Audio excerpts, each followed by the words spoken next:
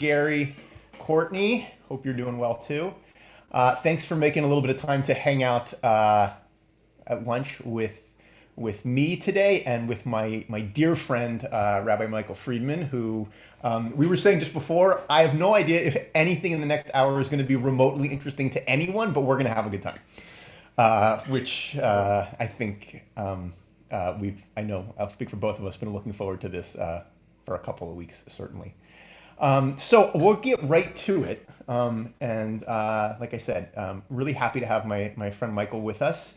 And I'll introduce him. We were just reminiscing that despite the fact that neither one of us are that old, Mike's got a couple of years on me, but we're both, I think, still young and qualify as relatively young rabbis.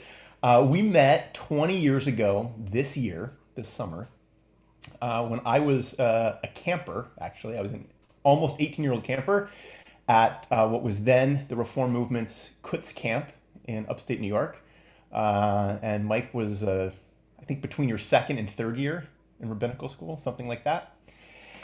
And the summer was a really impactful summer for me for many different reasons. I did not decide to become a rabbi that summer, but it certainly, in many ways, put me on the path and the course that would ultimately lead me to deciding to become a rabbi that summer. And what was really striking to me about that summer and about Mike in particular was, like many of us, I think, I grew up, synagogue with a rabbi who was, I think it felt like as a kid was perpetually in his 50s or 60s, with gray beard. And he was a great guy, but not the least bit relatable, certainly to a teenager. And I would argue to say probably to my folks, either to grown-ups, he was the rabbi. And I think I sort of had this notion as a kid that rabbis sort of like fell out of the sky, ready-made as rabbis. And then I met Mike, and a few things struck me. One was I kind of came to realize that being a rabbi was in many ways like other professions, in that you go to college and you go to graduate school, and it's something that you decide to do the way you might decide to go be a lawyer or a doctor or accountant. But in getting to know Michael, I realized that I saw similarities in our personalities. He grew up on Long Island, grew up in Great Neck, and went to Yale, and he was personable, and he was a scratch golfer, which the conversation can end right there. Okay, you were aspiring scratch golfer. I've never been a scratch golfer. Okay. Single digit handicap. How's that? I'll admit to that. Right, we could stop the conversation. He managed to not embarrass himself on the golf course. How's that? And I thought, oh, here's someone who is kind of like me and decided to go be a rabbi. And that really was something that stuck in my head really ever since. There was an aspect of relatability, I think, that I saw in him, and that experience. Like I said, I didn't decide that summer to become a rabbi, but really did kind of put me on this course that it became an option, I guess is the best way to say it, that I revisited, many times over the years. And we've been close ever since. Whether it's months or more that go by between seeing each other or chatting or catching up. So I'm really thrilled that he's here. Thanks for making a little bit of time. You're on the East Coast, so it's, I guess, well into the afternoon for you. Yes, I'm in Westport, Connecticut, but it's a pleasure to be with all of you from Wilshire. Beau's wearing a sweater. I'm wearing a sweater. It's cold everywhere right now, I guess. I think it's probably colder there. We're passing this off as cold. I think it's about 65 outside right now, but Yeah, and 30 degrees outside my window here. So it could be worse. We could be in Texas, I suppose. right, Right. exactly. Well, so let's jump kind of. What you were starting to, what you sort of led off with is, I identify with what you're saying about, I guess, identifying with rabbis. I also grew up in a congregation where there was, an amazing world-class senior rabbi, who was an incredible figure in our community, but it was impossible for me to see myself as that. And it was in high school, I had the opportunity to get to know some rabbis, and who were what I'll call real human beings to me. The interesting thing in my case is that the two who were most influential were both female rabbis, are both female rabbis. So that's the one difference, but there's a lot of similarities in those two stories. I think that's, I think obviously neither of us are really well equipped to talk about what it would be like to be a female and being able to see a female rabbi as a role model or as an aspirational kind of figure, right? But I imagine, if we think about it, the reality of history, right? Generations of women were unable to ever see female clergy as something they could aspire to, right? I mean, I think of, I know one of our earlier sessions in this series, Rabbi Elisa Ben Naim had a conversation with our Rabbi Emerita, Karen Fox, who was, I think I'm going to get this right, the third woman ever ordained as a rabbi. And that was, I think, a piece of the conversation they had. So it's a very interesting point, and interesting also that I think that you were able to see, a female rabbi as someone you could relate to in that way too, right? And I think, we've talked about this before, but I think maybe a place to kind of begin the conversation is sort of this duality that I think, I know we at least feel as clergy, right? And both aspiring and wanting to be more relatable than the rabbis we had as kids, right? More accessible than the rabbis we had as kids, but also acknowledging the fact that there is a persona, and, as much as we may wish it sometimes, we're not just like everybody else necessarily, and kind of navigating that tension, I guess, between being, the symbolic exemplar and the person who's giving the eulogy or giving the sermon or whatever, officiating the funeral, what have you, and also being the person we talked about, that runs into somebody at the gym or plays around a golf with somebody. How has that changed, or your feeling of that kind of tension changed, throughout, you've been a rabbi, 15 years, 16 years, something like that? 17, going on 17, yeah. Going on 17 at this point. Such a great question. It's so first of all, this is really where we get into the question of the rabbi in the 21st century. Right. The way I see it is things have changed tremendously, obviously in every aspect of society, but in the rabbinate, in a couple of ways. Number one, as I see it, the type of leader that we want in religious settings has changed tremendously, from sort of the thundering pulpit orator model to the relatable pastor model. Yeah. The irony, of course, is that we are expected to be, and we expect ourselves to be, all things to all people. So we expect to be able to turn on the thundering orator, right, for the Yom Kippur sermon, yeah, and then transition in, back into the relatable pastor model, which can be challenging.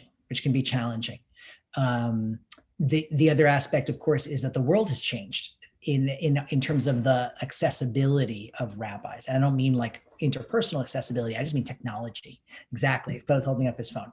I mean technology, where people can send us an email, a text, a Facebook message anytime, and there is some degree of expectation, let alone a phone call, of course, but there's some degree of expectation that we will be responsive, within a relatively brief period of time. And therefore the boundaries between work and home, or on and off, have broken down. One of the challenges, which we can talk about later on in the 21st century rabbinate, is establishing and maintaining healthy boundaries. There's no question. But ultimately, and this is where, this is certainly my philosophy. In order to be authentic as rabbis, which is what we all want and what people want of us, in order to be authentic, those two selves, those two aspects of self, have to be as close together as possible. In fact, perhaps even no daylight between the person you are when you're wearing your kippah, the person I am when I'm wearing my kippah, and the person I am when I'm not. Otherwise, people will see through it immediately. We will be acting in all sorts of ways to cover up our inauthenticity, which of course is terrible, and we will not be any good at what we do. So I think it's about enabling those two to meet, the I'll call it the rabbi persona and the off-duty persona to meet. It's so funny you say that, because I gave a Devar Torah this morning, actually, at a board meeting, and talking about this week's parsha and talking about the instructions for the ark that was built in the Mishkan, and this seemingly bizarre stipulation that it be overlaid with gold on the outside and on the inside, right? And that the rabbis in the Talmud ask, well, why would the inside need to be overlaid with gold? Because it's going to be sealed and never seen. And to your exact point, they compare it to a person whose outer appearance and internal self don't match, right? And then in order for the ark to have integrity, it's what's on the inside has to match what's on the outside, right? The alignment, I would say, of sort of professed values and lived values. And I think it's so funny how the Torah kind of lines up with the conversation, but it also occurs to me that this is, I think, deeply connected probably to some of the work that you have the privilege of doing on the ethics committee for the CCAR, for the Central Conference of American Rabbis. Just as a bit of background for people who may not be aware, there's a professional association for at least Reform rabbis called the Central Conference of American Rabbis. It's the largest professional organization of rabbis, I think, in the world. And there is, just as there are for many other professions, there's a code of ethics that rabbis are bound by in the way they behave. And rabbis are human beings like everybody else, and sometimes fall short of those ethical and moral standards. And there's a whole process that rabbis can go through with the conference, and Michael sits on that ethics committee.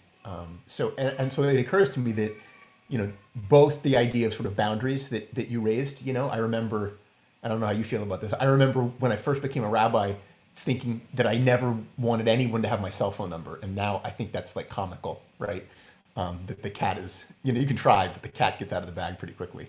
But I think both on the side of boundaries and also, when, as you put it, when you're one person with your kippah on and one person with your kippah off, I think that's how people get into trouble and probably find themselves in conversations with you and the other members of the ethics committee.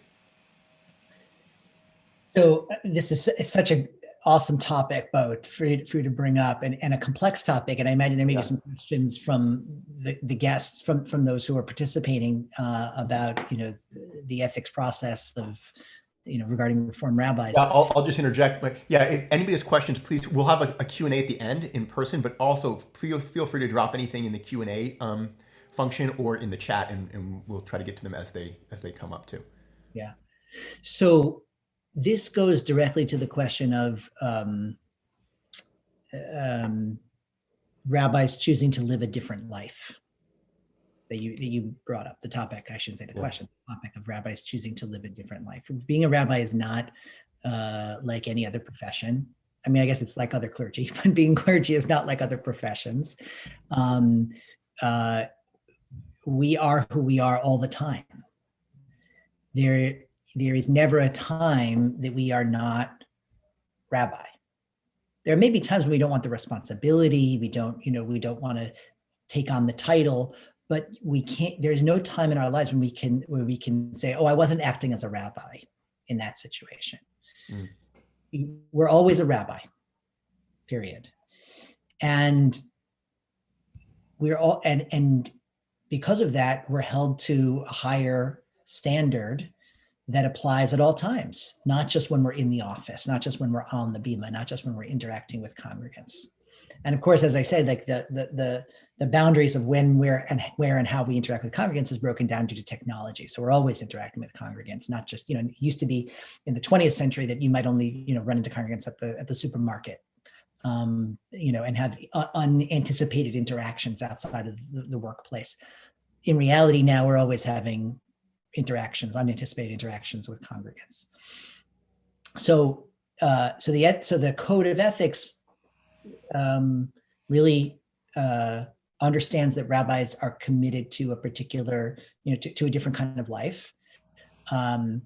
It's a code like other professions that have codes of ethics. It is not about the legal code of the state of California or the state of Connecticut, et cetera. It sits on top of any civil and criminal legal codes. And it is self-regulated by the CCAR. The Code of Ethics is created by the Central Conference of American Rabbis. It's regulated by the Central Conference of American Rabbis, which is in itself a voluntary professional organization. No rabbi needs to be a member of the Central Conference of American Rabbis. That is voluntary. Of course, Wilshire is committed, as is my congregation, Temple Israel of Westport, to hiring rabbis who are part of the Central Conference of American Rabbis, I would assume. I make that assumption about Wilshire, but certainly our congregation is. I shouldn't make the assumption about Wilshire because actually I don't know enough. I don't know enough there. So yeah. So all of that is some of the background to the Code of Ethics, but the Code of Ethics covers everything from interpersonal relations, and that interpersonal relations goes, with congregants, with other clergy members, with staff, with your own family, even. It covers topics such as intellectual integrity, and it covers topics such as sexual boundaries. It covers topics such as finances. There are many different areas. And by the way, the whole, we can even put it in the chat, the entire Code of Ethics is publicly searchable, because we want everyone to know the standards. It's funny, so I remember very well in my last year rabbinic school, 5th year, what then was called Practical Rabbinics, which Richard Levy, blessed memory, changed the name of because he thought that implied that there was something such as impractical rabbinics. Right? But in Rabbi Don Gore going through with, I think Steve Fox was there, the Code of Ethics with all of us. And I remember sitting there, I remember this like it was yesterday, sitting there reading this Code of Ethics and turning to my good friend Heath Wattenmaker, who was sitting next to me, and saying, every single thing is here because somebody did it. Right? That these don't come out of nowhere. And that was a very sobering, I think, moment. It's totally true. I would also say that's the case for every single legal code. Yeah, exactly. Right. It never occurs to you to put X, whatever rule it is, down until someone does it. And yeah. Don't cook a kid in its mother's milk. Well, someone did it, Right. So like, don't do now they have to write a law saying don't do it. So that's the case for every legal code, but it's absolutely true that the Code of Ethics would not exist were it not for rabbis who did and do these things. At the same time, the code tries to be broad and expansive so as to anticipate things that rabbis might do, which of course we can, you can never anticipate all the, everything's going to happen in the future. It just has to be written in a way so that it can be interpreted or used to cover situations that might come up down the line. At the same time, by the way, there's also a whole process for editing and updating the Code of Ethics, which happens on a regular basis also. Well, and we've talked about this too, because I for a while sat on the professional development committee, and it was suggested, right, that the first piece of suggested or required professional development that be required of rabbis is ethics education. Mm-hmm. And because I think a lot of lay folks don't know that the CCR exists, much less has an ethics code. And I don't know, frankly, other than that class in my 5th year at the Hebrew Union College, that I've, looked at or read, or most rabbis have looked at or read the ethics code much. That's right. For those who might be new to it, obviously you can take a look. So much of it is rooted in power. Yeah. When you talk about the role of the rabbi, it's not something we often talk about, the power that rabbis hold, because part of it's actually interesting that 20th century, thundering orator type of model of rabbi, we might look at that and be like, of course, that person has tremendous power. And as we move, and that person, by the way, was always male. Right. So as we move into a 21st century understanding of the rabbinate, and it changed and evolved under 21st 21st century understanding of the rabbinate and move from the thundering pulpit orator to the relatable pastor, we might think that we've left some of that power on the pulpit. And that would be a mistake. Rabbis, male or female, of any age, in any role, any different professional role. There's a lot of different professional roles that rabbis can hold. That title of rabbi confers great power upon us, whether we want it to or not. Well, I would suggest that. Oh wow, this is psychological. Right. I would suggest that no one can say they didn't want it. No one can say they didn't want it. If you're going to tell, if there's a rabbi who tell me that I didn't want this power, okay. What did you think you were going to 5 years of rabbinical school for? I don't mean you, but this other person. What did this person think they were going to 5 years of rabbinical school for? You don't invest that time, money, effort, change your entire life, right? Because rabbi is a life, if you don't if you aren't interested in having the power that's conferred by that title, by that smicha, by that degree. That's fair. I would suggest that I would suggest that that's not possible. And how much of that, maybe this is too in the weeds, but how much of that power do you think is real? How much of it is ascribed? Because I think there's certainly, an ascription of all sorts of things placed on rabbis, some of which is real, some of which is not, and maybe it doesn't matter whether it's real or not because the perception is really, the reality. Now you get into the cultural anthropological right. studies of shamanism and religious right. leadership and I think it's easier to think about this in terms of a physician. Great power is placed in the hands of a physician, and I would offer that a physician in part is motivated by the power, becoming a physician is in part motivated by the power that title, that degree confers. Those of us who are not medical professionals, I'm certainly very far from it. I think doctors are like magic. Right. They're like magicians. Like, I don't feel good. That the doctor tells me this, and all of a sudden I feel great. Like that is magic. And there's great power that we ascribe to them. So I think it's both. We ascribe power to our physicians, and also they have knowledge and tools and technology and medicines that are very powerful, that are actually really very powerful. I think it is both. We both ascribe power to them, and they are actually physically, literally powerful. Now, rabbis, there are ways we have power. There are no question ways we have power. We define who's in and out of the Jewish community, of a synagogue. We define who, we will officiate that wedding or that funeral. We will not officiate that bar mitzvah or that baby naming, et cetera, et cetera. And we're constantly having to make those choices. We try to draw the boundaries as broad as they can, but I'm sure you can think of, cases even recently where your boundaries have been tested and you might have said, Beau, I'm sorry, I'm not comfortable with that.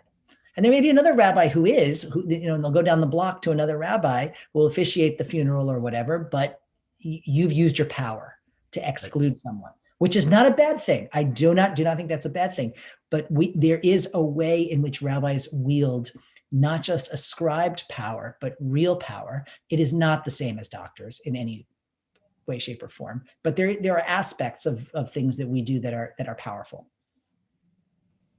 I can't help but think, also just saying, making the judgment call or something we're comfortable doing or not comfortable doing. I actually think that's in many ways all the more so in COVID times and in pandemic times, because at least, I don't know about you, one of the things that's come up a fair amount for us is being asked to officiate at all sorts of things that, based on kind of COVID compliance, for lack of a better phrase, right, we may or may not be comfortable with, right? Yes, Rabbi, there's only going to be 20 people at the wedding. It's going to be socially distant. Everybody's going to be masked, and you show up and it's 65 people and nobody's masked, and it's like it's 2019, right? Or, yeah, we're doing the baby naming. It's going to be in the backyard, and suddenly it's not in the backyard. It's in the living room, right? And I think that adds a whole other layer to it. Obviously, COVID adds a whole layer of many things Right. to all of it. I sort of as a side note, because I get this question, I know my own answer, which many have heard, and so it's there's no point to it. But um, sort of what are your, I don't know, musings on, being a rabbi in the past 11 months? Because I know for me, it's like nothing I could have ever imagined. Much of it, I'll be very candid, I don't like. And I think it's very interesting, I guess. Absolutely. This is, so this is all, I think it's so interesting to think about COVID in terms of power and boundaries. Mhm. We could use our power to define, the parameters under which we're going to do a wedding, a baby naming, et cetera, et cetera. And oftentimes we try to, but we're oh my gosh, my dog needs to get out of the room. Hold on one second. See, a perfect example of what working from home and pandemic times looks like, right? If you were in your office, this wouldn't be that wouldn't happen. Well, that's gonna be the other thing. So when are we reluctant to use the power that we actually should have? And my wife and I have this conversation all the time, right? When do we say no?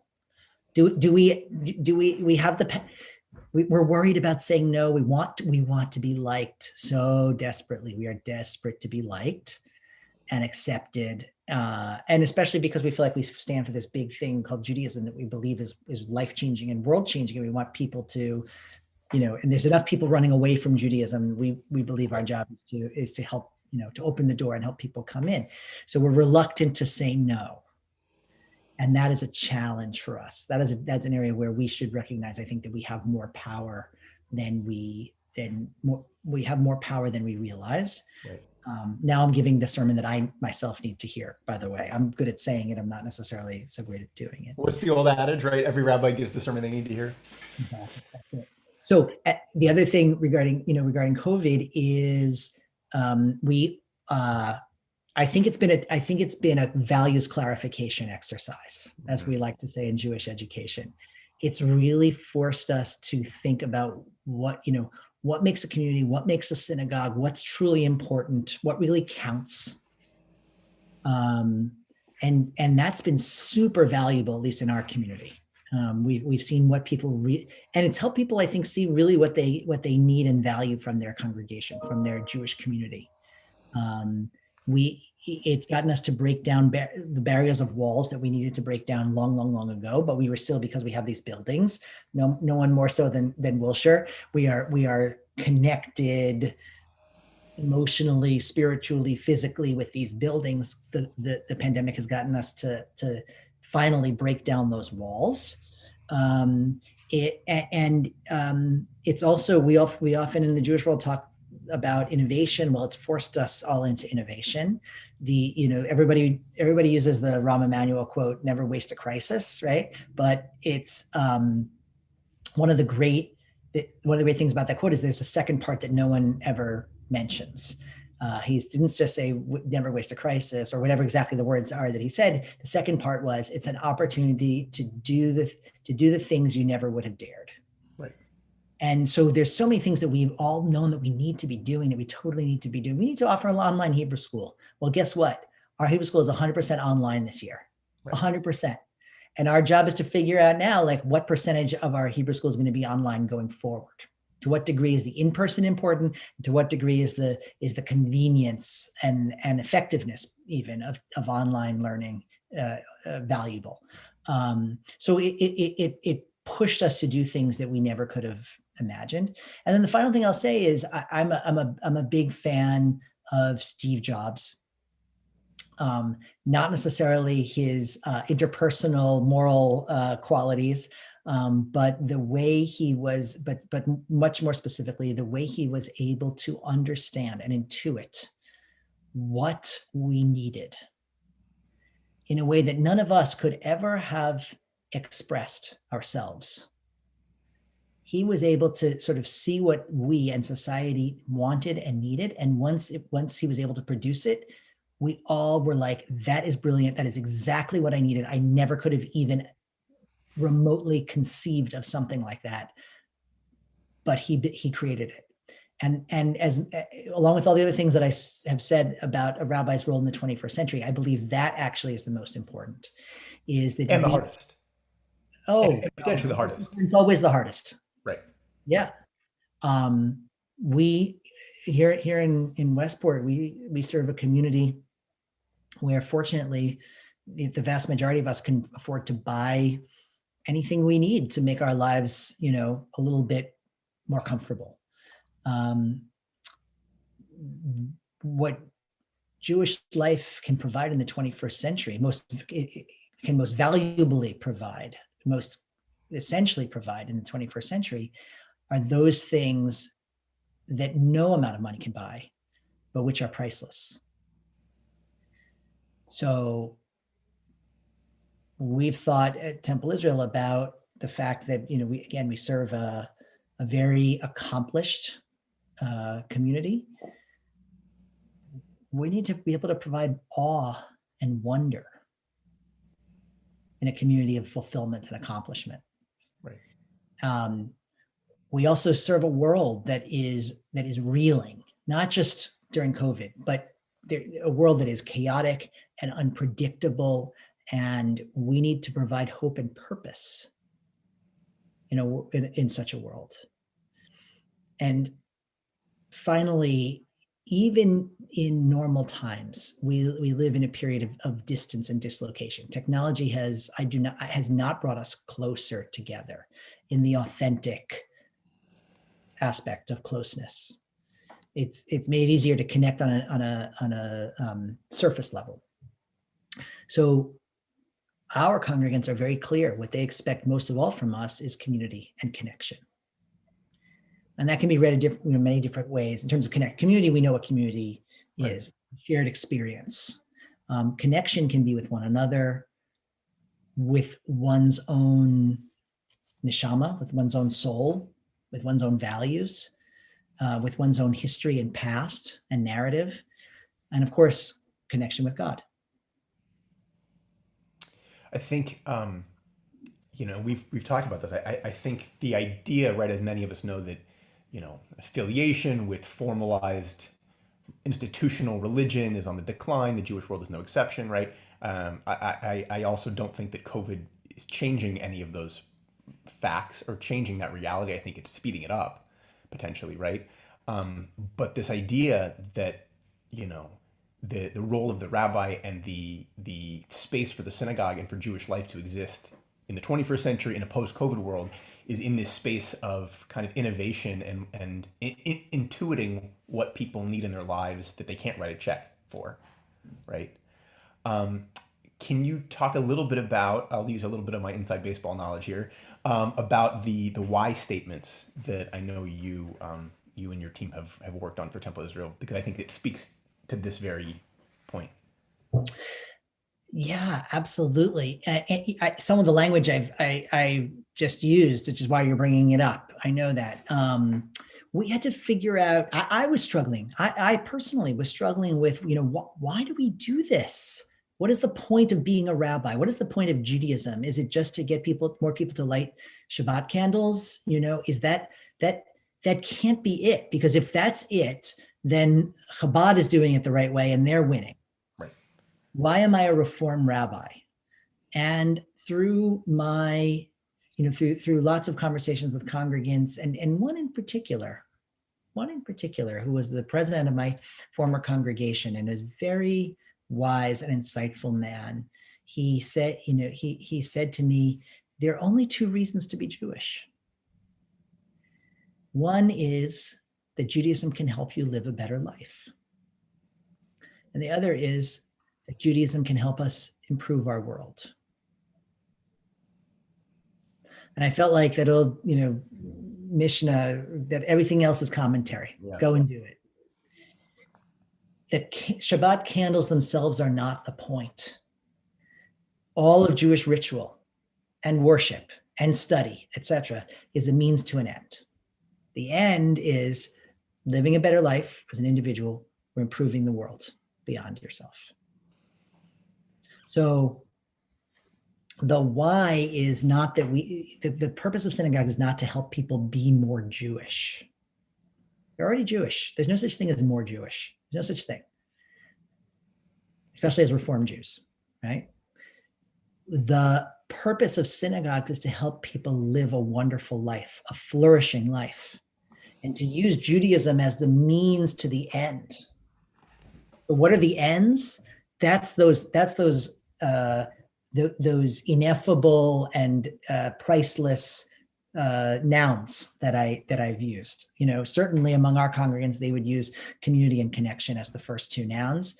I think there's a lot more nouns that we can all say that we're all looking for, searching for, that make human life fulfilling and valuable and worth living.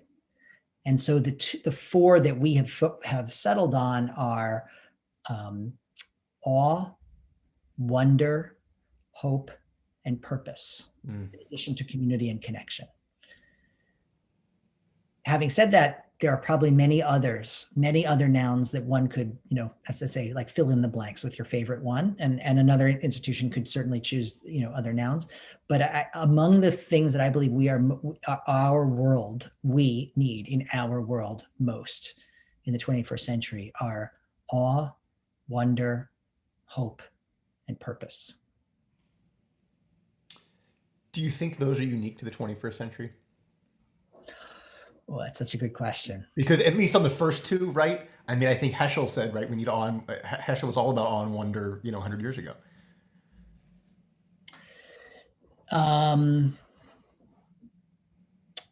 Yeah, that's such a good question. I've never thought about it. Are they unique? Look, if we're doing it right, they should absolutely not be unique. Our values should be eternal. Yeah. Our values are eternal as Jews. We always say that.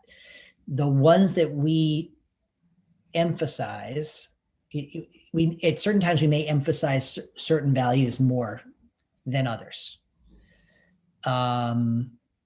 So I would say they're always valuable. I you know, as technology grows, I think our ability to access awe and wonder is more and more difficult. Yeah. I think as we no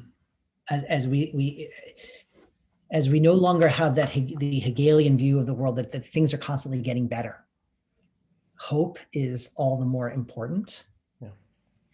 And I do think part of the condition of being a modern human being, I don't mean a 21st century, but I mean a post-industrial revolution modern human being, is the question of purpose. What is my purpose? Only a few human beings, only select few human beings had the capacity to ask that question prior to the invention of the modern world. But today, every human being has the capacity to ask that question. And in many ways, that is the yardstick by which we measure a successful life. Has someone defined a purpose for themselves that makes them fulfilled, happy, helps others, improves the world in some way? Has someone defined and truly lived that purpose? Well, and I think the unique space that Judaism or religion as a whole can speak to that very point, right? I'm thinking of Rick Warren's book, right? A Purpose-Driven Life, right? But that's a question, perhaps, that religion writ large is uniquely qualified to speak to. For sure. Really, in our world, yes. Philosophy for some. Yeah. Yeah. Even therapy, psychotherapy. Sometimes, some types of psychotherapy get to that question of purpose. But yes, I'm biased. You're biased, as we should be. We do think, by the way, not just religion, but for us, of course, Judaism specifically, right? I mean, this might be obvious, but I have to say it. Like, I do think religion provides some good purpose. I think why am I a Reformed Jew? Why am I a Reformed rabbi? I think our particular brand, our particular slice of the pie of Judaism or pie of religion is helps is the best at doing that for me. Yeah. My best friend who's Catholic, great, go live a wonderful Catholic life. There's so many teachings that teach you how to live a purposeful life. Right. But for me and for our communities, Reform Judaism is the way to achieve that purpose. There's a plug for the movement, right? Oh. I want to hit some of the questions that are in the chat. So, good question. Our good friend Sukasa has two questions. One, were either of us surprised that we had to be concerned with the business side of religion or the synagogue, right? Meeting budgets and fundraising and all of that, right? And her other question is that we talked about always being the rabbi, living up to a higher standard, and how does that impact our families? Yeah. Well, can I turn the first one to you about the business side? Sure. It did not surprise me in the least. I used to get into disagreements with classmates in rabbinical school who maybe were overly idealistic and would talk about how it's a calling and it's this and it's that and it's not a business. And I always would say, well, actually it is. It's not a business like, Best Buy or Costco. But at the end of the day, if you don't meet a budget and you don't have any money in the bank, you go out of business and don't get to do all the wonderful things you want to do. Sure. And I think we are lucky. I mean, we're not unique necessarily, but I think we're lucky at Wilshire that we have a lot of smart business people, both on the lay side and the professional side, that, most of the clergy get to spend most of our times, being rabbis and being cantors. We certainly need to raise money, and fundraising is a big part of what we do, but I don't really have to worry about too much of that stuff, but it is very real, and it's not a secret. Because of COVID, certainly, we have a significant budget shortfall this year, and I've been aggressive in trying to remedy that situation. So it was not a surprise to me, but it's also not what I went to rabbinical school for, to read budgets.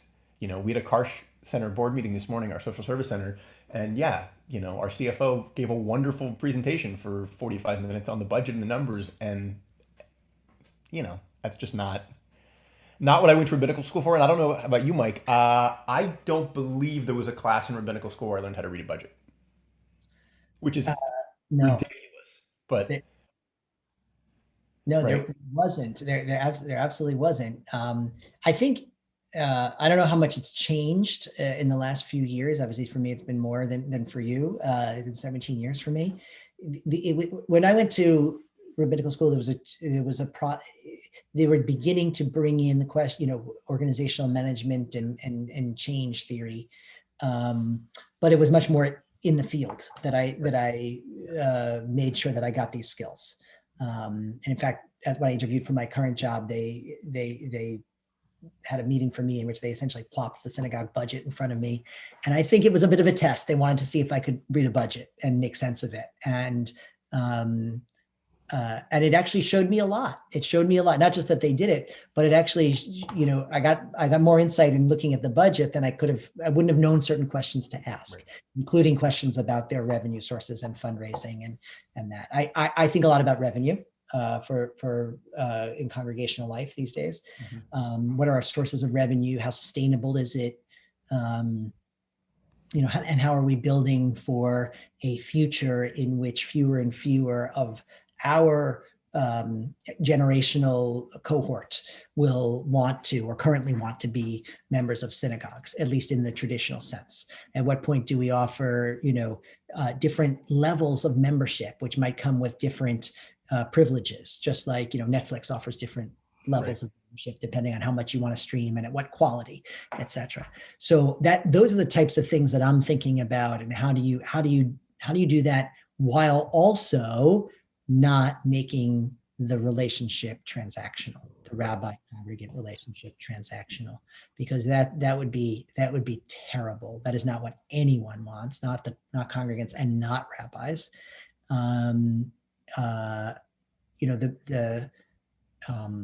So those are some of the there's a lot to say there, but absolutely. I remember, I'll just share with this that I think in my first year, it was a board meeting where one of the board members said, if we were a business, and I was like, hold on, time out. We're a business. Yeah. We are a business. We have revenue, we have expenses, we have customers, they're called our members. We are a business. We sell a product, it's called Judaism. We are a business. Okay. So let's make sure that we're thinking of this institution as a business. That's really important. Let's not leave all of the, like you say, you have wonderful members there at Wilshire who are very, very adept at running businesses, and they bring that acumen to the congregation. The message I was sending to my board was, let's not leave that expertise at the door when we enter a board meeting. Right. Let's be judicious how we use it, but let's not leave it at the door. Right. And I think that all around, right, failing to recognize that it is a business, right, I think leads to issues of sustainability and insustainability, really. As at least here we have synagogues across the country who are either shrinking or shuttering because of financial mismanagement, or because they don't have enough revenue sources, or for all sorts of different reasons, right? And I think some of that, I don't know, I'm not in their boardrooms, but maybe comes from, in part, a failure of running it like a business, but we could go all day with this. I want to get to the Sukas's other question about, our families, and how, always being the rabbi and kind of being held to a higher standard maybe impacts them. So I'll let you go first on that one. Yeah, it's such a good question.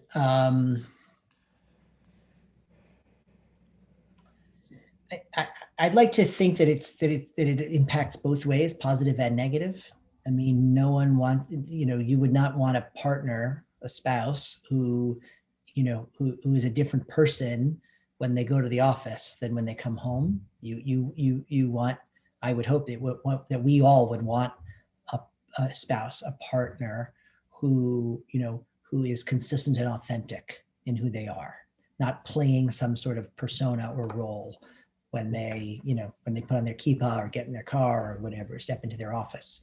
And by the way, let's go back to our prior conversation about the pandemic, the breakdown of that barrier between home and office, a whole nother, right? That's a whole nother topic, positive and negative, I think.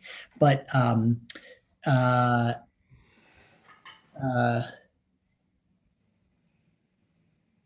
yeah, I don't know. I think you probably have a lot to contribute here too, Beau, about a higher standard. I'm very, there are times when my wife has to say, stop talking to us like in the rabbi voice. And I don't even notice I'm doing it. I don't feel like I don't feel like I have a rabbi voice, that I should have a rabbi voice, but evidently sometimes I'm like preaching at home.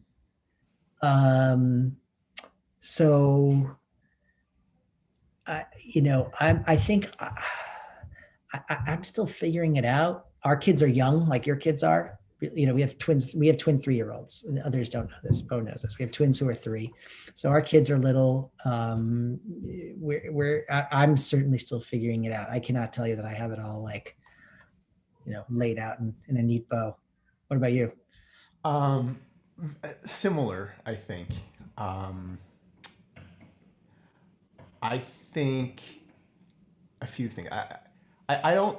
Maybe I'm being naive. I don't think it impacts Ashley as much as it probably did clergy spouses of other generations, or in other types of communities, both in terms of size and in terms of geography. And I think that for better or worse, I think that's a good thing. I think that by and large, at Wilshire, that there's not a projected persona of, Rebbitzin or Right. what have you that I think spouses feel the need to live up to, which I think is a good thing. It's more of, opting into. I think about it more, and Evie's, our daughter's, 4.5, our son's 8 months. I think about it more in terms of my kids, I think, particularly my kids in our schools. Evie's still young enough that I think she doesn't really, I mean, she gets that I have an office there, but she doesn't really understand, um, you know, We're and this year exactly, it's very different with the pandemic because my engagement in the school is much less. But in years past, it was, I tell the story fondly that I think it was last year, the second or third week, I said to her, sweetie, it was Friday morning. I said, do you know who's going to be at Shabbat today? And she said, Jason, who's our amazing music specialist. I said, yeah, Jason's going to be there. But who else? And she said, Rabbi Eshel, one of our other rabbis. And I said, no, Rabbi Eshel's not going to be there today. She said, why isn't Rabbi Eshel going to be there? And I said, because Daddy's going to be the rabbi today. And she said, why isn't Rabbi Eshel going to be there? yeah, Right. But she's still at an age where she it was fun for her that she got to see me, or now, parents aren't on campus, but I'm there occasionally. She'll see me.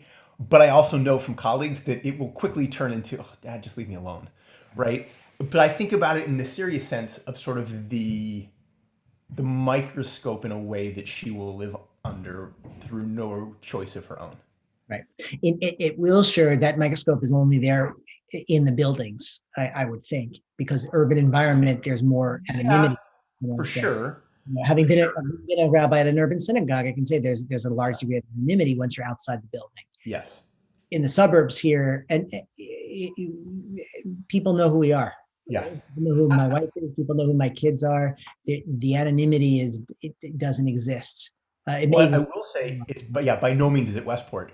I think the caveat, which I think is a good thing in many ways, is because of the size of the congregation, and because we now, have 3 campuses and we're spread out across the city. We we have higher concentrations in certain neighborhoods, but our geographic catchment is pretty big and reflects much of the LA urban sprawl. Which is not to say there isn't anonymity outside the building, but it's also to say that, even in neighborhoods where I don't think I would run into somebody, I run into people. Right, I'm sure, but the chance, like, I'm guaranteed to run into people. Correct. That's fair. The chance is Right. much. You're the chief rabbi of Westport. I guess, there's no, yeah, I mean, so yeah, I expect to run into people. I'm surprised when I don't. When I go to the supermarket and I don't run into people, like that, I'm like, oh, I guess I missed everybody. That's a kind of interesting thing. I'm looking here a few other questions. Um,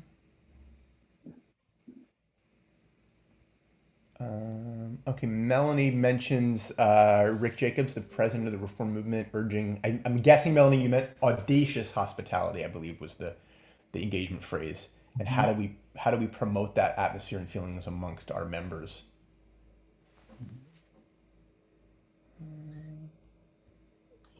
I think it's a great value and an ideal that each congregation is trying to figure out how to implement in its own way. Um, uh, I think it's a few different things for us, at least. Two specific things come to mind. One is finding every possible way to say yes. Mm. Finding every possible way to say yes to family. So we're not excluding families who want a particular. Yet still maintaining boundaries. I was gonna say, yeah, still maintaining, right. I want us to find every possible way to say yes that doesn't violate our values, our principles. Mm-hmm. But to be creative with it, because why else are we Reformed Jews? We're not Reformed Jews to like draw lines and say these things are never going to change. We are Reformed Jews so that we can continually adapt to and respond to the needs of Jews at this time. And this time keeps changing, and what those needs are keep changing. So that's one. Find every possible way to say yes.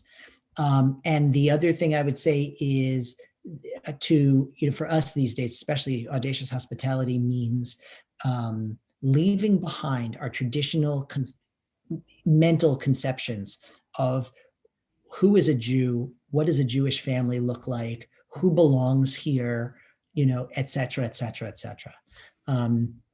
So that nobody walks into our building, nobody walks into our sanctuary and gets like kind of a weird look or a different type of greeting, other than so nice to see you, we're so glad you're here.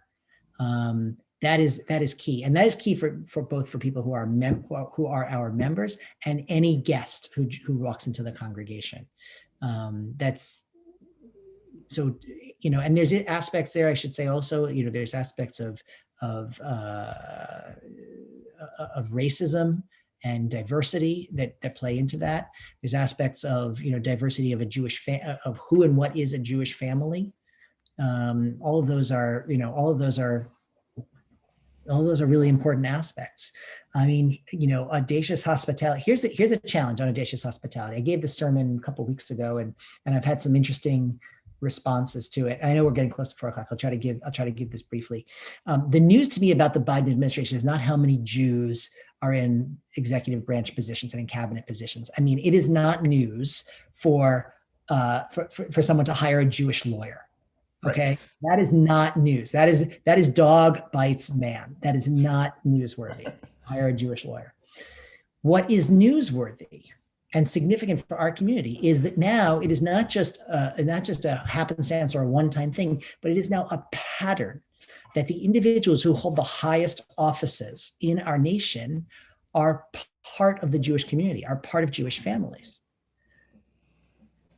Kamala Harris, as you all know, married to Doug Emhoff, and who has, from what I can see and hear and read, he's sort of re-embraced his Jewish identity in this marriage.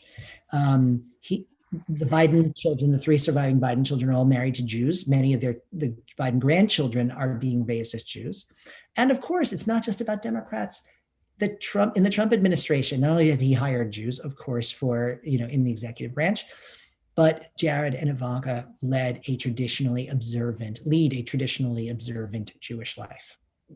So now it is a pattern on both sides of the aisle and across multiple administrations that the president and vice president of the United States are part of the Jewish community, in that they are attending, they could be attending brisses and baby namings and bar mitzvahs. They could be, at Passover Seders and celebrating Hanukkah, and celebrating it not just as the Obamas, it was news when the Obamas held a Seder in the White House, which was a lovely act of inclusion and understanding, beautiful. But they were not doing it as members of the Jewish community, clearly. Right. Now, I know Biden, Harris, Trump are not Jewish themselves, but in our definition of the Jewish community, our broad definition of the Jewish community, I would argue they are part of the Jewish community. That is a whole new way of thinking about hospitality, audacious hospitality, and what that means in our congregations. It's interesting. I never would have drawn that connection, but you're right. It's more than just sort of adjacently Jewish, right? Yeah. Absolutely. I want to get one last question in here because I know we're on the clock here. But Alex wants to know, what's the most important ethic for a Reform rabbi in today's world? What's the most important ethic? Yeah. I wonder how would one define ethic? What is the most important ethic? I don't know, Alex, you have stumped me, because this is going to be a terrible rabbinic answer, but how can I just choose one? I mean, how do I just, that's a typical rabbinic answer. Typical rabbinic answer. No, that's why I say it's terrible, but it's like, I don't know how I just choose one. How could any person live their life on just one ethic? Value. Yeah, value. He's clarifying value. I mean,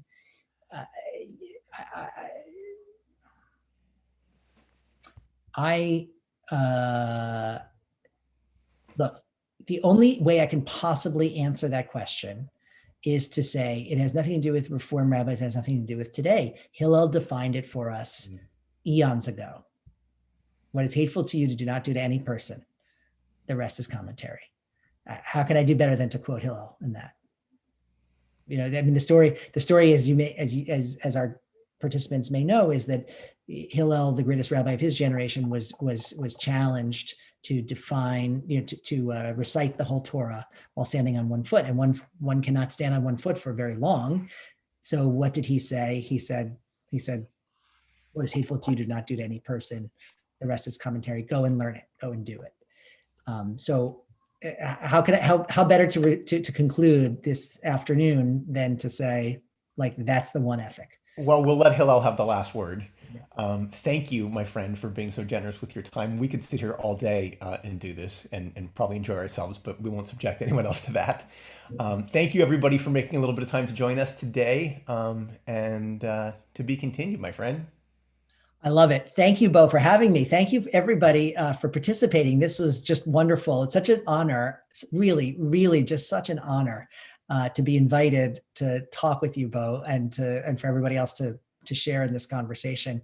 I loved it. And here's to many, many, many more interesting and fruitful conversations across many years to come. I will hold you to it. Good. Please do. Have a great day, everybody. Bye-bye, everyone.